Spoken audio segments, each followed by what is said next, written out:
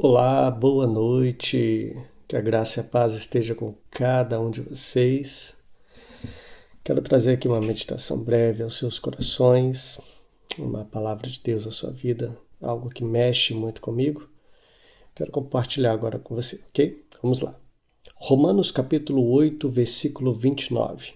Diz assim: Porque os que dantes conheceu, também os predestinou, para serem conforme a imagem do seu Filho, a fim de que ele seja o primogênito entre muitos irmãos.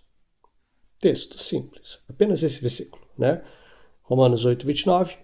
Porque os que dantes conheceu, ou seja, ele não conheceu nesse momento. Isso me traz luz a algo muito importante nas Escrituras. Deus, ele não teve um encontro com você e acabou de te conhecer. Não existe essa possibilidade. Você um dia encontrou sua esposa e a conheceu. Você um dia encontrou sua esposa e a conheceu. O ministério que você participa, a denominação que você vai, Assembleia, Batista, Metodista, não importa. O local que você vai cultuar o Senhor, um dia você conheceu. Agora, Deus ele não te conhece no meio da sua jornada, assim como nós conhecemos lugares e pessoas. A palavra de Deus vai dizer, aquele que dantes conheceu, aquele que antes de tudo me conheceu. É acerca deste que eu quero falar hoje. Lá no livro de Jeremias, capítulo 1, versículo 5, veio a minha palavra do Senhor dizendo, antes que te formasse no ventre eu te conheci. É como se Deus estivesse falando para Jeremias, olha, sabe aquele processo lá, quando o seu papai e a sua mamãe se conheceram, eles estavam casados, contraíram núpcias, aquele momento a qual nem eles sabiam da sua existência porque você ainda estava se formando no ventre, pois é, sabe aquele momento que você não tinha nome, ninguém sabia acerca de você? Eu sabia. Sabe aquele momento na sua vida qual ninguém fazia ideia de que você existia? Eu sabia que você existia. Sabe quando ninguém cuidava de você? Pois é, eu estava cuidando de você. Deus está falando com Jeremias de forma muito profunda, olha, quando ninguém estava nem aí para sua existência, por nem fazer ideia que você existia, eu tinha esse diferencial, eu já sabia que você existia. E mais, Jeremias, quero dizer mais para você, eu quero dizer que as nações eu te dei para o profeta. Uau! Quando nem a mãe de Jeremias sabia da existência dele, quando ele nem nome tinha, quando ninguém cuidava dele, quando ninguém sabia da existência dele, Deus não somente sabia dessa existência, como também tinha dado a Jeremias um propósito. Deus tinha dado a Jeremias uma missão. Sabe o que é lindo nisso, né? Quando eu encaixo os dois textos, quando eu pego Jeremias capítulo 1 e pego Romanos 8, eu vejo que Deus me conheceu no ventre de minha mãe.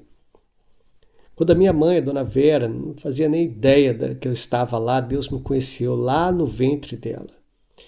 E não somente me conheceu, mas ele me deu um propósito, ele me deu uma missão lá no ventre.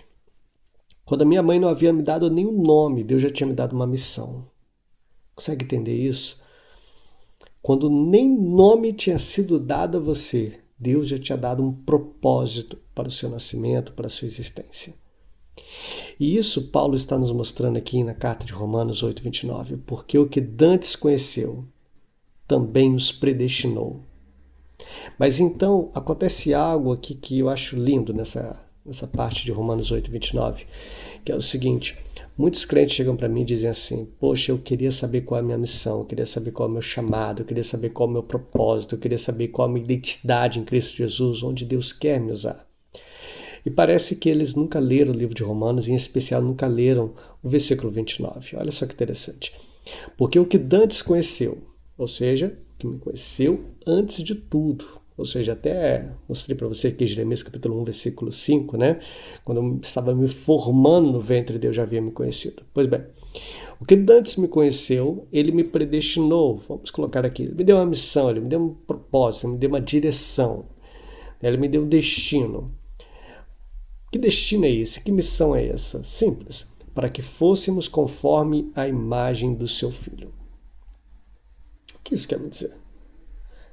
Meu irmão, você tem um chamado, você tem um propósito, você tem uma missão. Todos vocês que estão me ouvindo neste momento, manhã, tarde, noite, madrugada, Brasil, fora do Brasil, não importa, todos vocês têm uma missão, todos vocês têm um propósito, todos vocês têm um chamado em Cristo Jesus e Ele é poderoso. Vocês são chamados a viver a imagem de Cristo Jesus. Jesus Cristo, quando você lê Mateus, Marcos, Lucas e João, Jesus Cristo não está ali apenas trazendo um ensinamento para os 12 ou para aquele povo daquela época. Ele está sendo um modelo para mim e para você. Observe melhor os ensinamentos de Jesus Cristo e você verá que ele é um modelo para nós. Não estou dizendo que você vai fazer tudo o que Cristo fez. Não estou dizendo que é para você descer do transatlântico que você está andando aí, né? Você que está aí indo de um país para o outro e vai sair andando sobre as águas. Não estou dizendo isso. Não faça isso, pelo amor de Deus.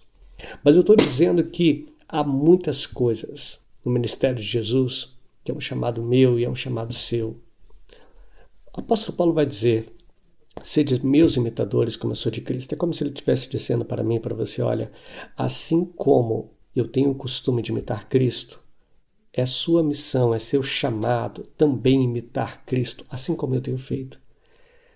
Paulo estava entendendo que desde o ventre ele tinha uma missão. Paulo estava entendendo que a verdadeira missão da vida dele era ser imitador de Cristo. E aqui em Romanos 8:29 é o que eu enxergo. Você pode enxergar outras coisas, é seu direito, mas é o que eu enxergo, o que eu acredito, o que eu pauto a minha vida. A direção que eu sigo é esta.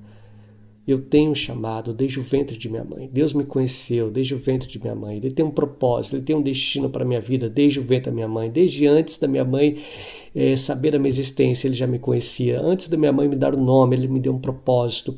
Ele me deu uma missão, ele me deu um chamado. E qual é esse chamado? É pegar o microfone e pregar? Tá, eu posso fazer isso, mas não é esse.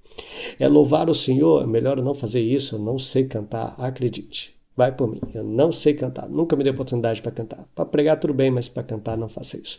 Mas não é esse o chamado. É ficar na portaria dando graça e paz. Não é esse o chamado. Qual o verdadeiro chamado? O meu verdadeiro chamado em Cristo Jesus é aquilo que Paulo vai nos orientar, ser de meus imitadores como eu sou de Cristo. Assim como está escrito em Romanos 8:29, nós fomos chamados para ser conforme a imagem do seu Filho, a fim de que ele seja o primogênito entre muitos irmãos. Deus ainda opera em nós através do Espírito Santo, aquele que começou a boa obra, ele vai concluir. Ele ainda está operando em nós a transformação. Através do Espírito Santo ele nos convence do pecado, da justiça e do juízo. Ele está operando em nós.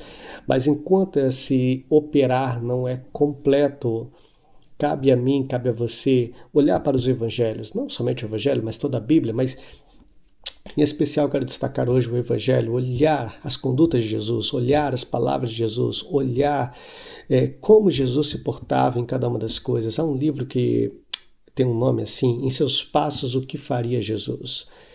E eu acho interessante, esse livro já me ganhou pela capa. Eu ganhei esse livro, né? E o livro, só a capa já foi incrível para mim, porque eu fiquei pensando naquele momento, se eu sou chamado a ser a imagem de Cristo Jesus, se eu sou chamado para ser imitador de Cristo, assim como Paulo fez, então em meus passos, o que faria Jesus? O que Jesus faria se ele estivesse vivendo uma situação parecida com a minha, no meu trabalho, com a minha família, no meu ministério, onde eu estiver, na rua, na fila do banco, não importa, em meus passos, o que faria Jesus? Se eu sou chamado para viver a imagem de Cristo, se eu sou chamado para ser imitador de Cristo, assim como Paulo foi, se essa é uma missão que eu tenho, a qual Deus me chama desde o ventre de minha mãe, então, em meus passos, o que faria Jesus? No meu dia a dia, o que ele faria se ele estivesse vivendo a mesma situação? E começar a viver com essa filosofia vai arrancar de você toda a religiosidade e vai fazer você mergulhar na espiritualidade, aquela que conhece a palavra de Deus e o Deus da palavra, aquela que verdadeiramente traz um testemunho cristão, autêntico, verdadeiro, puro, sincero, aquele que faz uma diferença, com as pessoas quando olham para você sabem verdadeiramente você é cristão, não frequentador. Então eu quero lançar um desafio para você nesse dia. O desafio é muito simples. É entender que você não precisa de profetas que vão chegar para vocês que te digam o teu chamado é esse, teu ministério é esse, o teu lugar é esse. Há muitos bons homens de Deus nessa terra, mas há muitos que vão mais confundir você do que te ajudar. Você precisa entender que o seu chamado principal, desde que você estava no ventre da sua mãe, é que você buscasse ser imagem de Cristo Jesus. Que você buscasse ser imitador de Cristo Jesus. Esse é o seu chamado hoje, ser imitador de Cristo. É ser aquele coração de Cristo, sabe, apaixonado por almas. É realmente se entregar, é realmente parar com as pessoas. É realmente entender a parábola, por exemplo, do bom samaritano. É entender o Sermão do Monte, é entender cada um dos princípios bíblicos relatados por Jesus. Não estão ali por acaso, estão ali para você compreender e aplicar na sua vida. E então, quanto mais você aplicar Mateus, Marcos, Lucas, João em sua vida, mais semelhante a Cristo você ficará. E então você estará exercendo o seu verdadeiro chamado, o seu verdadeiro ministério. Aplicar aquilo que Cristo nos chama para aplicar. Esse é o grande desafio. Esse é o seu grande chamado. É para isso que você foi chamado desde o ventre da sua mãe. Cabe a você hoje abraçar esse processo. Não resista às circunstâncias. Muitas coisas que estão acontecendo na sua vida estão acontecendo simplesmente porque é uma casa do oleiro, está moldando você, está quebrando você, principalmente a religiosidade que habita na sua vida, para que você consiga enxergar que muito que está aí na sua vida não era para estar. É religiosidade pura, não tem espiritualidade, não tem imagem e semelhança do Cristo. Tem muita doutrina de homens e pouca revelação do Cristo. E Jesus, às vezes, nos permite viver uma série de situações simplesmente para que a gente possa voltar para Ele em oração, ser quebrados na presença dEle para podermos experimentar. Então, convido a você, não seja como Jonas e queira fazer do seu jeito. Tempestades podem vir na sua vida, não estou aqui para te assustar, mas não seja como Jonas. Que tal ouvir a voz de Cristo e seguir essa voz? Não é porque Wesley está falando, mas sim porque a palavra de Deus está chamando. Você leu comigo. Romanos 8. Somos chamados para ser imagem. Somos chamados, somos convidados por Paulo a ser imitador de Cristo, assim como ele é. Ou seja, não estou dizendo venha para a minha denominação, não estou dizendo curta meu vídeo, não estou dizendo só eu sou bom, eu estou dizendo para você obedeça a palavra e vai ser imitador de Cristo, assim como Paulo era. Obedeça a palavra e entenda que o seu propósito, a qual você foi destinado, é ser imagem de Cristo. Isso só é possível você aceitando esse conceito que eu estou apresentando aqui para você. Deus é poderoso, Ele tem um plano específico para a sua vida. Pare de viver no piloto automático, pare de viver a religiosidade, pare de viver coisas vazias, comece a viver realmente aquilo que Deus tem para você. Você que é cristão e que tem vivido o propósito de Deus, ou que não conhecia até aqui o propósito de Deus, eu te convido a fazer hoje um novo compromisso de rendição total à palavra de Deus, entendendo que se eu sou chamado para viver a imagem de Cristo, eu vou me render 100% para viver esse chamado. E você que chega aqui para mim hoje e fala, poxa, olha, eu sou cristão, e aí? E eu te convido também a se render a Cristo. Você tem um chamado, mesmo você que não seja cristão, que está me ouvindo hoje, você que está afastado, você tem um chamado a viver a imagem de Cristo.